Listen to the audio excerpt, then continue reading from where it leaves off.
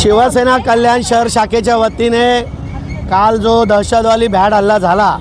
त्याच्यामध्ये जे 26 पर्यटकांचा मृत्यू झाला आहे त्यांचा कुठलाही दोष नसताना त्यांना आज या ठिकाणी जो त्यांच्यावर हल्ला झाला त्याचा आम्ही भ्याड निषेध करण्यासाठी ज्याचा जाहीर निषेध करण्यासाठी या ठिकाणी शिवसेना कल्याण शहर शाखेच्या वतीने आम्ही सर्व शिवसैनिक या ठिकाणी महिला आघाडी असेल युवासेना असेल शिवसैनिक असतील ही सर्व या ठिकाणी जमा झालेलो आहोत आणि आम्ही या देशाचे नागरिक म्हणून आम्ही एकच आज या पंतप्रधान आणि गृहमंत्री साहेबांना विनंती करू इच्छितो की यांचा बिमोड झाल्याशिवाय आपल्याला गप्प बसायचं नाही आहे। कारण की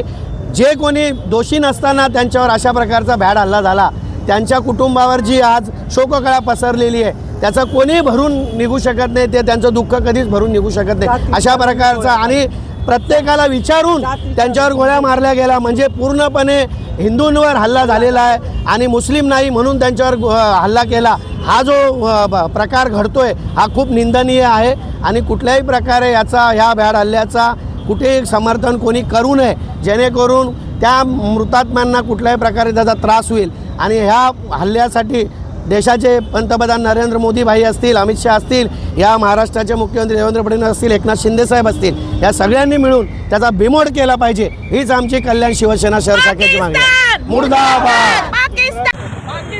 मुर्दाबाद, पाकिस्तान मुर्दाबाद, पाकिस्तान मुर्दाबाद।